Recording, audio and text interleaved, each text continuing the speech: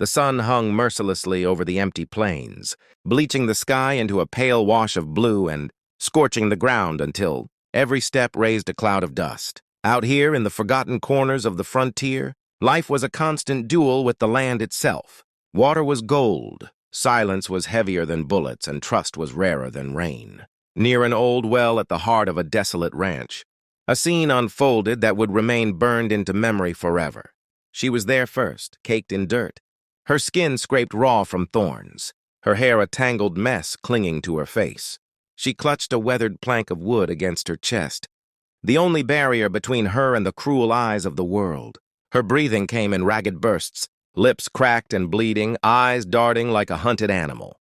Whoever she had been before this moment, daughter, wife, sister, had been stripped away by whatever hell had delivered her here.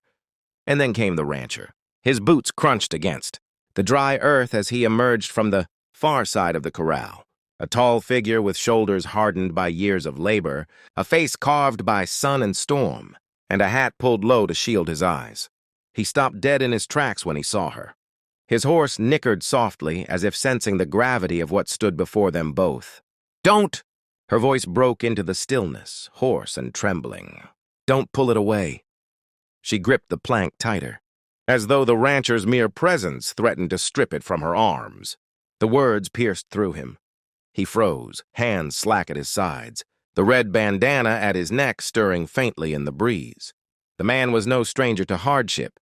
He had buried friends after shootouts, lost cattle to drought, and patched bullet wounds on his own flesh. But nothing had prepared him for the sight of a broken soul clutching wood like it was the last shield against the world.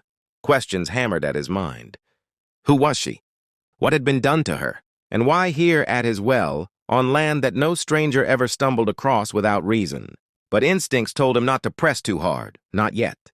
He slowly lowered himself to one knee, keeping his distance, making himself smaller against the immensity of her terror. His voice, usually steady as the land, softened to a whisper.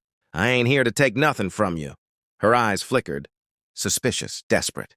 He could see the fine tremble of her arms as she hugged the plank closer, could hear the faint clatter of her teeth when she shivered despite the heat.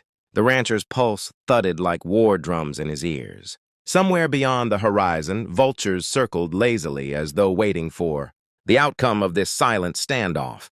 The land had a way of swallowing secrets whole, and if he turned away now, no one would ever know she had been here at all. But his heart, buried under years of dust and solitude, would not allow that. Something had brought her to him, to this lonely patch of earth. Whether it was fate, chance, or punishment, he could not yet tell. He only knew one thing. This story was not about to end here. Not with silence and fear. The rancher took a slow breath, eyes never leaving hers. "You're safe here," he said, though he himself wasn't sure what danger lingered out there. The wind shifted, carrying with it the faint echo of riders in the distance. Whoever had left her in this condition might not be far. And that, he realized, was the true danger pressing in around them. As she whimpered again, clutching the plank tighter, the rancher knew he had little time. He would have to act soon. But first, he had to earn her trust, or risk losing them both. The rancher's decision came in a heartbeat. He stripped off his coat and set it gently on the ground, halfway between them as though offering a truce. The gesture made her flinch, but her eyes flickered with something else now, a spark, faint but undeniable, of hope. He dared not move closer until she made her choice. The silence stretched, broken only by the creak of the windmill and the distant clop of unseen horses. Finally, with trembling fingers, she reached forward and pulled the coat toward her, wrapping it around her shoulders, with a sigh that seemed to empty years of suffering in a single breath. Only then did she whisper again, "They'll come back." The rancher's jaw tightened.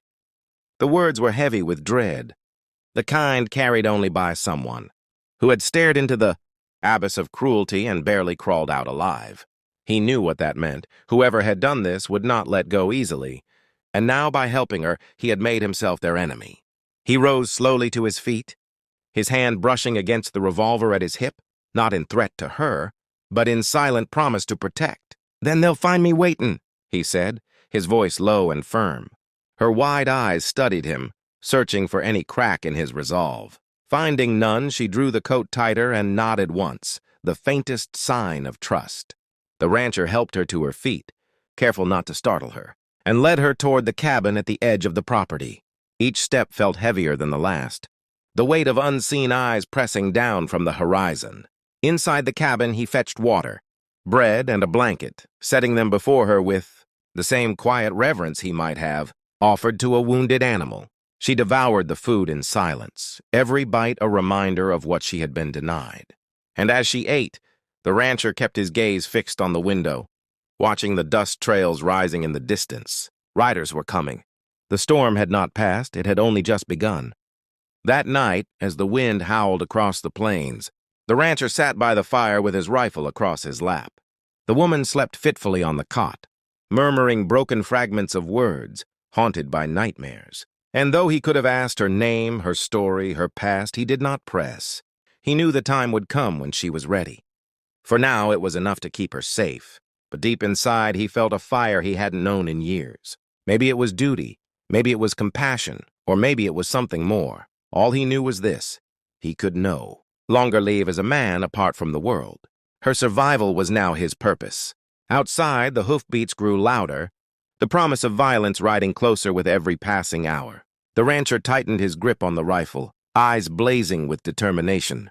Whatever came at dawn, he would face it, not just for himself, but for her. The land was cruel, but so long as he drew breath, it would not claim her too. And as the firelight danced across the cabin walls, the rancher understood something vital. This was not just her story. This was theirs, bound together by fate in the dust and blood of the frontier. The echoes of tomorrow would be written not by fear, but by the choices they made now. The dawn would bring danger. The dawn would bring blood. But it would also bring hope. And hope, in a land where hope was nearly extinct, was worth every bullet, every sacrifice, every fight.